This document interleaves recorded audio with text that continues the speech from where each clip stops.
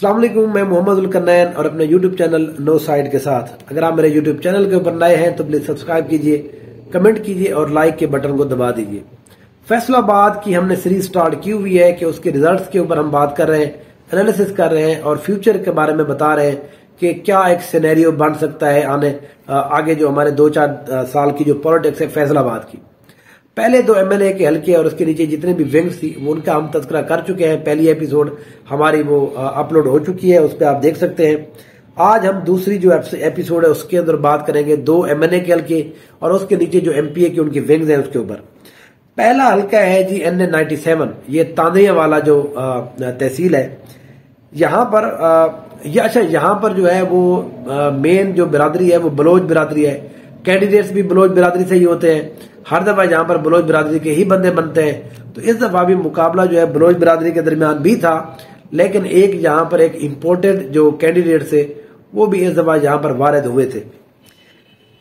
अब NA97 के अंदर पाकिस्तान तहरीक इंसाफ ने जो हिमायत का ऐलान किया था सादुल्ला बलोच को, उन्होंने यहाँ पर 72,600 वोट लिए और वो जो कामयाब रहे। उन्होंने शिकस्त दी जनाब अली गौहर बलोच। पिछली दफा ये एमएनए मुंतखब हो चुके थे। 2013 के अंदर रजब अली बलोच जो है ये उनके भाई है। यहाँ पर एक मामला ये भी हुआ था कि रजब अली बलोच की जो वाइफ है जनाब मोहतरमा आयशा रजब अली, उन्होंने कहा था टिकट उनको दिया जाए, उनको नहीं जब मिला तो उन्होंने फिर पीटीआई की हिमायत का ऐलान किया था साद बलोच की। लेकिन फिर आखिर में बड़े लोगों की मदाखलत के बाद उन्होंने यहाँ पर हुमायूं अख्तर यानी कि IPP के अंदर उन्होंने अपनी शमूलियत अख्तियार कर ली थी। तो यहाँ पर जो रिजल्ट आया वो अली गौहर बलोच जो है 70,300 तकरीबन 2,300 वोटों से वो ये हार गए ये वो इलेक्शन। नदीम बलोच जो पाकिस्तान पे पार्टी के थे उनको यहाँ पर 32,600 वोट मिले। और फिर हुमायूं अख्तर साहब हुमायूं अख्तर साहब जो है ये लाहौर से इलेक्शन लड़ते रहे। इनका सिर्फ एक ही चांस था एमएनए बनने का, वो ये था कि ये इमरान खान के साथ जुड़े रहते, लेकिन आखिर में जाकर इनको मजबूर किया गया और फिर इनको लाहौर से भी बेदखल कर दिया गया। तो ये इलेक्शन लड़ने आ गए जी यहाँ पर जिसको कहते तानले वाला। बज़ाहिर जो उसकी वजह मुझे दिखाई देती है क्योंकि उनकी यहाँ पर शुगर मिले हैं, एक शुगर मिल है तो उस हवाले से शायद और बिजनेस के हवाले से वो यहाँ पर होते हैं, तो इसलिए उन्होंने ये हल्का चुना है। हुमायूं अख्तर को यहाँ पर सिर्फ 30,000 वोट मिले, IPP के थे। फिर हाफिज आबिद हुसैन TLP को उनको 10,500 वोट मिले। तो इस तरह से बलोच बिरादरी और हुमायूं अख्तर साहब को जो है वो यहाँ पर काफी मुश्किलात का सामना रहा, लेकिन जीते सादुल्ला बलोच। सादुल्ला बलोच 3 इलेक्शन यहाँ पर हार चुके हैं पहले, ठीक है जी। तो ये इस दफा जो है उनको कामयाबी मिली है, वो जीतने में कामयाब रहे हैं। तो सादुल्ला बलोच पहली दफा यहाँ पर एमएनए मुंतखब हुए हैं। इनके नीचे अगर हम MPA की बात करें, PP 102 जाफर अली जो है PMLN के, वो 30,500 वोट लेकर कामयाब रहे। यहाँ पर शहीर दाऊद भट्ट साहब PTI की जो हिमायत याफ्ता थे उनको 30,000 वोट लिए, तकरीबन 450-500 वोट से शिकस्त हुई है। PP के जो शमशेर हैदर साहब है उन्होंने पाकिस्तान में पार्टी उन्होंने 25,500 वोट लिए।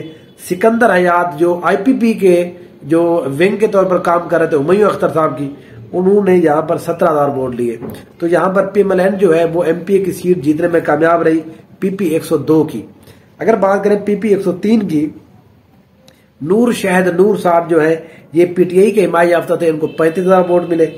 सफदर शाकिर जो है PMLN के, इनको यहाँ पर 26,800 वोट लिए। गुलाम अब्दुल रसूल ये एक आजाद हैसियत में इलेक्शन कंटेस्ट कर रहे थे, इनको 16,000 वोट मिले। सलाबत हुसैन जो है यहाँ पर TLP के, उनको यहाँ पर 15,000 वोट मिले। तो यहाँ पर जो है इस तरह से MNA की सीट PTI के खाते में गई है, उनके हिमायत याफ्ता सादुल्ला बलोच के खाते में। MPA जो है वो एक PTI के खाते में गई और एक PMLN जो है वो जीतने में कामयाब रही है। अगर हम बात करें एक और हल्का जो है इस विलाक के अंदर जो दूसरा हम हल्का बन गए NA98, ये वो हल्का है जहां पर सिर्फ इसी हल्के के अंदर पाकिस्तान मुस्लिम लीग नून कामयाब हुई है, बाकी कहीं पर भी कामयाब नहीं हुई। अब यहाँ पर चौधरी शहबाज बाबर साहब जो है वो इस दफा उन्होंने इलेक्शन कंटेस्ट किया और वो यहाँ पर कामयाब हुए। 1,19,000 वोट लिए उन्होंने। यहाँ पर उनका जो मुकाबला हुआ यहाँ पर हाफिज मुमताज अहमद, ये समुद्री वाली जो सीट है यहाँ पर ये पहले भी यहाँ पर MPA मुंतखब हुए थे, पिछली दफा सूबाई वजीर भी रह चुके हैं। तो अब यहाँ पर इन्होंने MNA का इलेक्शन लड़ा और 1,05,000 वोट लिए। यहाँ पर अच्छा हाफिज मुमताज साहब जो है वो भी अपने फॉर्म 45 लेकर घूम रहे हैं। वो कहते हैं कि मैं जीत गया हूं, लेकिन बहरहाल सरकारी नतीजा जो है वो PMLN यहाँ पर जीती है। राणा फारूक सईद जो है, अच्छा इनको शेर पंजाब भी का बोला जाता है।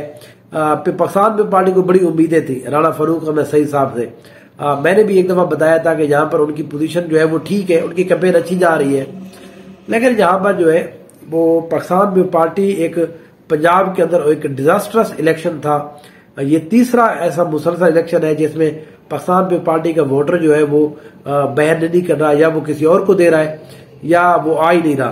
तो राणा फारूक साहब जैसी जो शख्सियत है वो सिर्फ 29,500 वोट लेने में कामयाब रहे यहाँ पर, और आखिर में मोहम्मद जवाद सलीम TLP के 15,500 उन्होंने वोट लिए।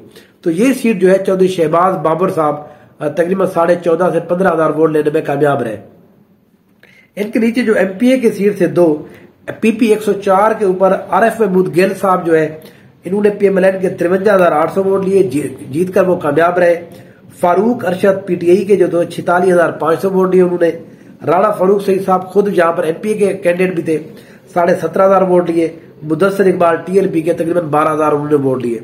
तो यहाँ पर जिस तरह से MNA जो है वो PTI हार गई यहाँ पर और PMLN जीती थी, इसी तरह से MPA का ये पहला जो हल्का है वह यहाँ ये भी सीट जो है PMLN के खाते में गई। दूसरा जहां पर PP 105 जो है, यहाँ पर काशिफ रहीम PMLN के वो कामयाब रहे, 58,000 वोट लिए। यहाँ पर आदिल परवेज गुजर, ये पिछली दफा MPA थे, ये फैसलाबाद के सदर भी है, इनको शिकस्त हुई तकरीबन 1400-1500 वोटों से, जहां पर 56,500 वोट PTI के इन्होंने ले लिए। मुजाहिद फारूक यहाँ पर TLP के 9,000 वोट, और इम्तियाज आसिफ साहब ने 88 वोट लिए पीपल पार्टी की तरफ से। तो इस तरह से ये पूरा का पूरा जो पैनल है यहाँ पर PMLN का कामयाब हुआ है। यहाँ पर MNA के ऊपर चौधरी शहबाज साहब, MPA के पहले PP 104 के ऊपर जो है RF महमूद गिल साहब, और यहाँ पर PP 105 पर काशिफ रहीम साहब। तो ये वही हल्का है जिसके ऊपर पाकिस्तान तहरीक इंसाफ कामयाब नहीं रही, लेकिन MPA भी दोनों के दोनों सीटें जो है PMLN यहाँ पर जीतने में कामयाब रही। तो बहरहाल अब जो है अगले व्लॉग के अंदर जो अगली जो है ना नेक्स्ट एपिसोड है, उसके अंदर हम इंशाल्लाह NA 99 और NA 100 का जरा तज़किरा करेंगे, उसके ऊपर एनालिसिस करेंगे। देखते रहिए नो साइड। फिर आपसे बात हुई। अल्लाह हाफ़िज़।